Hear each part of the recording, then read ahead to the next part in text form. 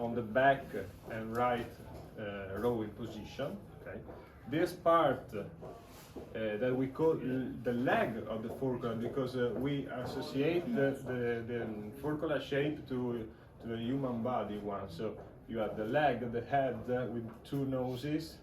This is the bite, because it bites the oar, is the main rowing position on the forcola.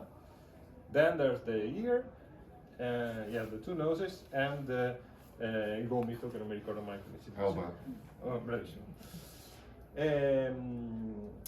So this is the traditional forcola for gondola, and it's very different, for example, from the other models, from this one or this model with two oars with two bites, and all the other different shapes you can see. Element which connect the gondolier, the rower, to the boat and the water.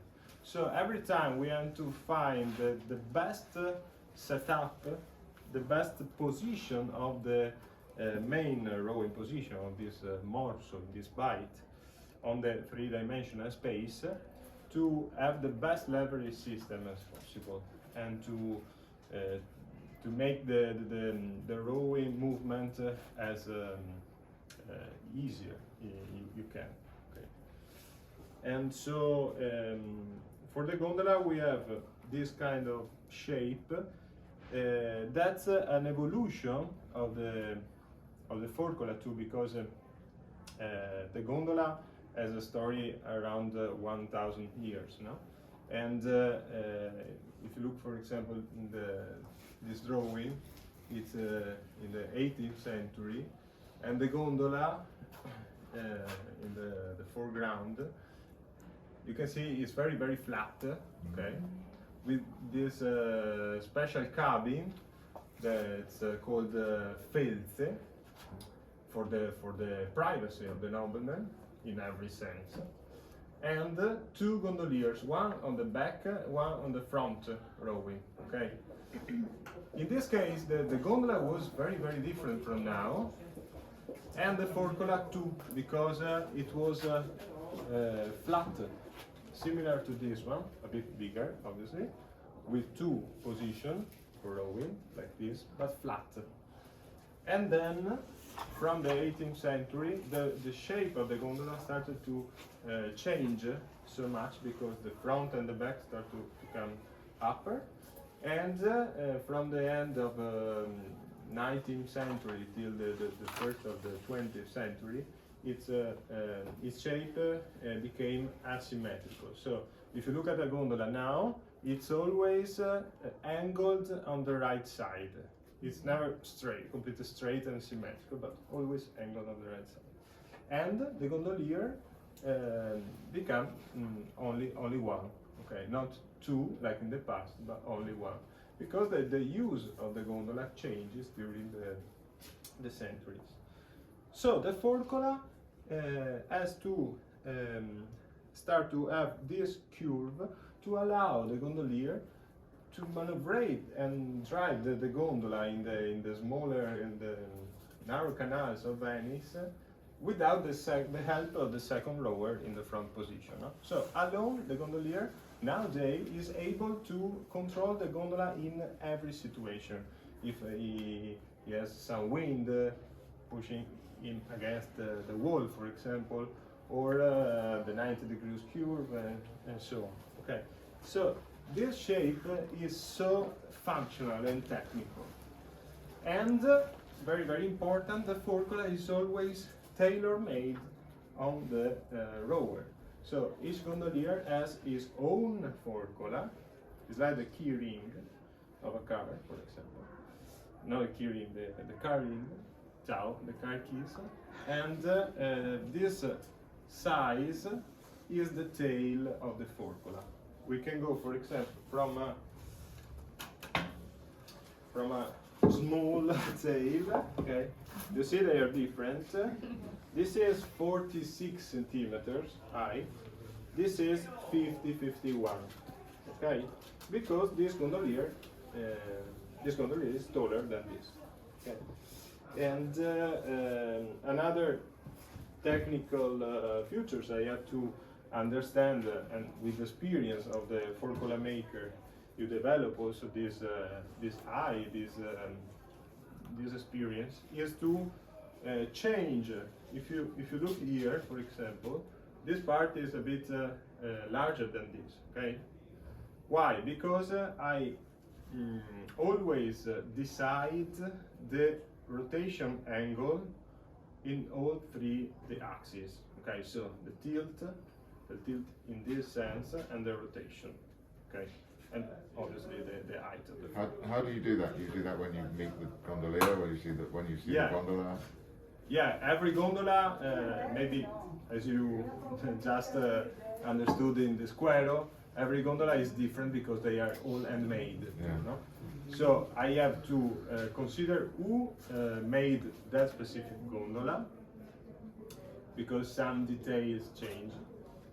And I have to consider the rowing preferences of the gondolier, and often the place where the gondolier works.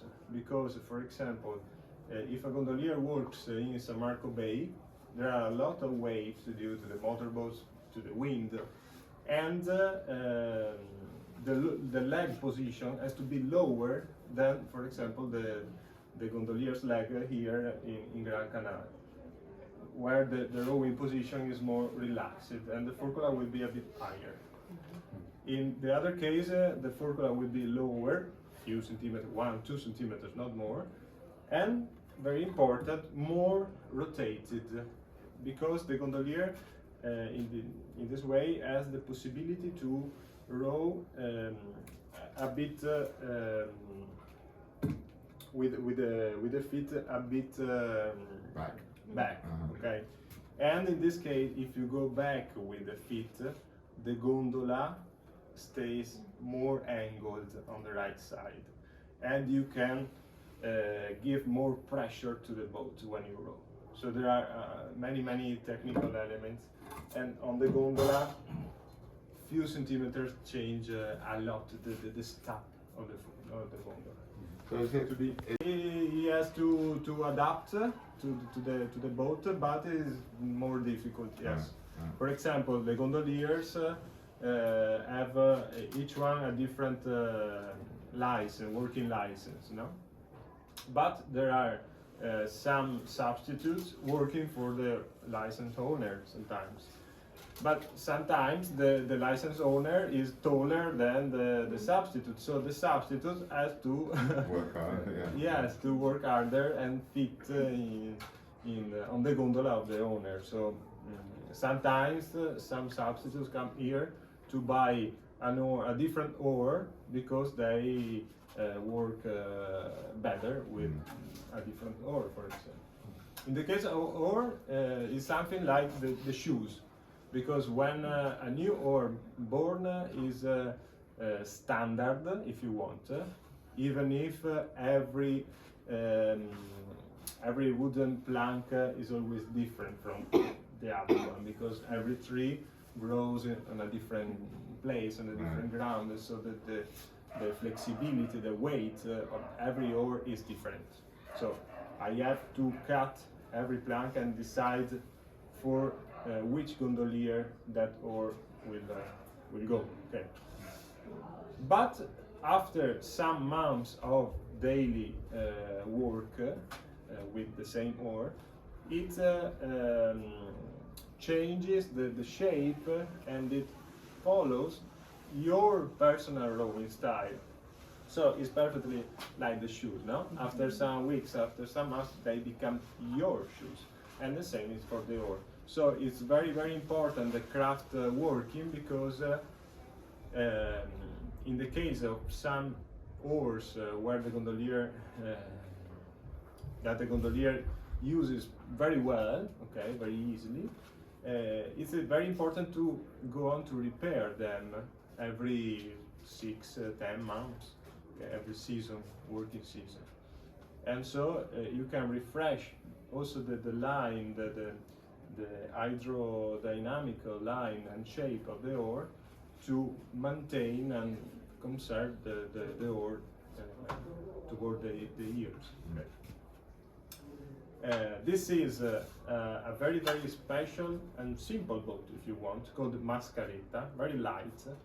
Is half size of the gondola and more or less half weight, maybe less. And on the back position, sorry, not the forcola. Okay, on the back position, we use a forcola exactly like this, with 2 holes. Why 2 holes? Because if I row alone, I put the oar on the lower bight, and the rowing technique is composed by 2 parts of the move. The first one, when I push forward, the boat goes forward but a bit to the left. Okay. And the second part of the move, when I come back, so I turn around the paddle and I pull back, so the boat goes to the right, but I'm braking a bit the boat. Okay, so someone who is learning to row in Venice has the boat moving in this way. Okay, and then with experience you understand how to make the second part of the movement lighter and lighter. Okay, so you don't brake so much and you have the pressure forward. We have the asymmetry of the bottom, okay, and the gondola stays a bit angled on the right side. Why? Because if I trace the axis here, I have the left part of the bottom 9-10 centimeters thicker than the right part of the bottom. So for the Archimedes principle, it stays upper. And I create this edge under the water. In this case, the resistance of the water decreases a bit because I have less surface, and the gondola tends to turn to the right by itself. Okay, so the second part of the move, when I'm correcting the direction, going to the right and braking the boat, is not necessary. If you look to a gondolier, it gives importance just to the first part of the move. The pressure to the left is balanced by the asymmetry of the boat. And this is the magical mystery of the gondola. The result is that with a double size boat respect to this one, and a double weight boat respect to this one, I can go faster than this one alone. Okay, so it's very special. The same thing I have if I move the oar on the upper position. So I have an higher leverage point on the forcola, okay, and I can easier take out the paddle from the water line. But I need another rower on the front and the left side. So when we row in 2 people on a boat like this, the one on the back always uses the upper rowing position. Okay? So this is the reason why sometimes we have 2, in some kinds of boats, we have 2 rowing positions. This is my vice that's very particular in a oar maker workshop, because we, as you can see from the wooden pieces on the floor, I always work 360 degrees around the forcola. Okay, so this is fixed on the floor, and I fix the forcola there to work on it. To make a forcola for gondola like this, I made this in 2018. I start from something like this.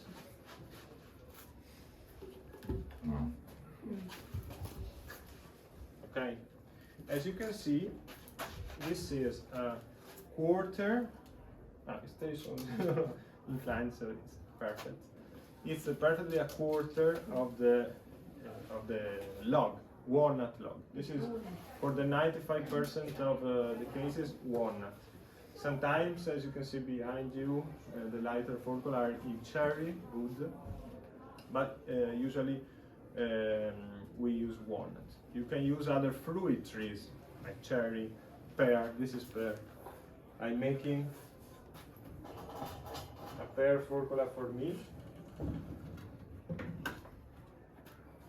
Okay. What is it about fruit woods that make them right? Because the grain of fruit trees is very smooth. Dense. Yeah, it's very hard and strong and elastic. But the most important element is that the difference, the hardness difference between the summer and the winter grain is not so high, like in the case of oak, teak, ash. Okay, where So it's more consistent, like it's more the same. it's more homogeneous, yes. Yeah. And so when the ore, I show you this one. This is a forcola 13-year-old. Okay, it's very worn out, but very smoothly. Yeah. Okay, and the ore doesn't create steps between the two grains. Okay, it's Is very that because the smooth. ore is a softer wood than the Exactly. than the fruit? Yeah, we prefer to warm the ore Yeah. because it is more simple to fix the ore. yeah, to fix the ore, and the forcola is something more precious for the gondolier. Yeah. Okay. And so this is the main reason. Okay. And yes, and also because it's strong, and we can find very huge logs.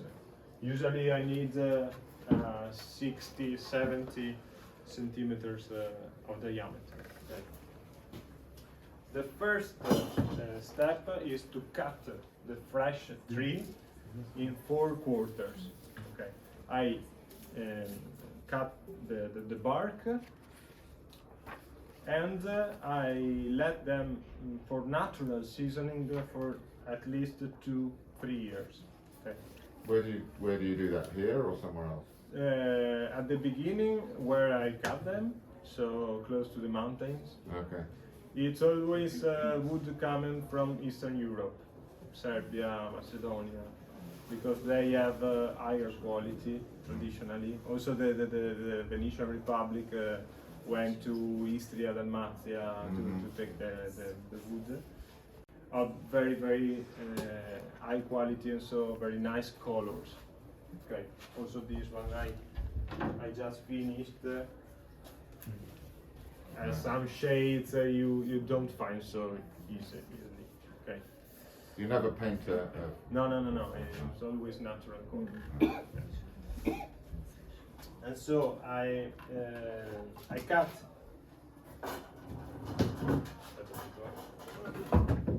Okay. I cut it and I let them for seasoning 2-3 years. Then I use a template like this, for example, the one for the gondola is there on the wall. I have different patterns, okay, and I can use them to avoid, for example, some defects of the wood, or to understand the spaces involved. In this case, for example, this is a forcola for racing. You can see it's very moved outward. Okay, the position. So it's very difficult to find the right piece of walnut, because the bite will be toward the outer part of the log, no? And this is not so okay, because this is also the less strong region of the log, no? So you have to find sometimes not a round but a square tree to make something like that. Okay? And so also bigger than this. Anyway, I draw the outline of the frontal view of the final object, and then I go cutting with the band saw, with the big band saw. in the case of the gondola, the second step like Tetris. Eccolo qua.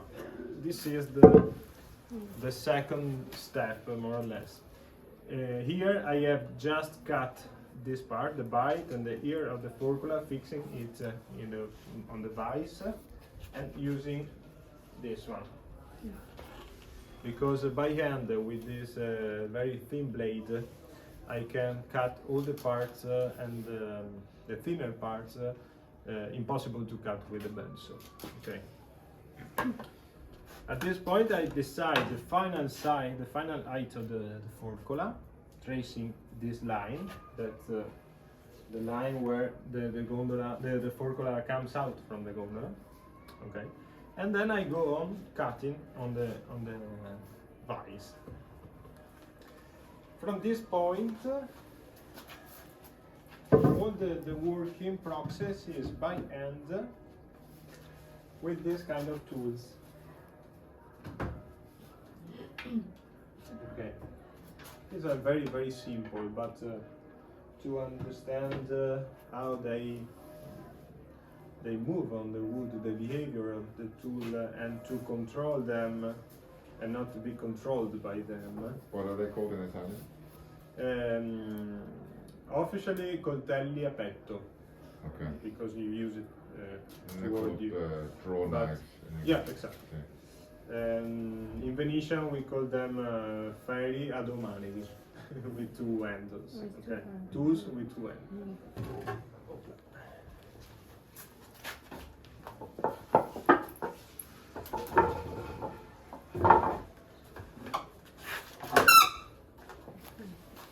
Part of the working process is by hand in this way.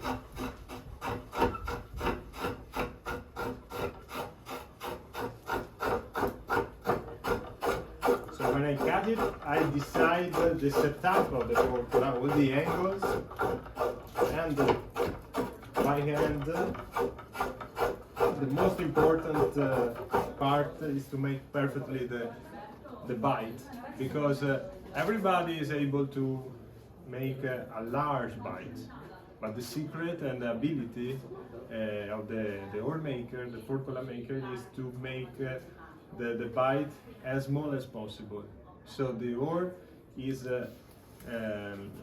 contained by it, but at the same time the oar has to be free to move. Yeah. Okay. It just has to be very close. Very close, and with some technical elements who allows the oar to be moved during the rowing movement. And in this way I have to consider also the angles of the boat. Okay.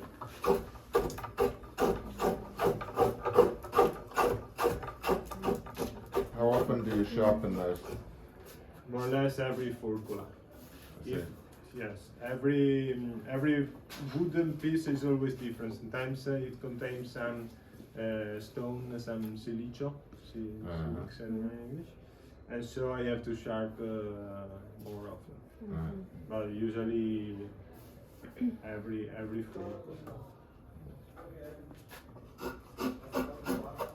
Then if I have to work, for example, the smaller curves, I can use the smaller.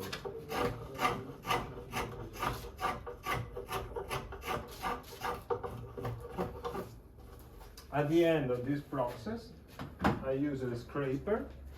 Very simple. We use very simple tools.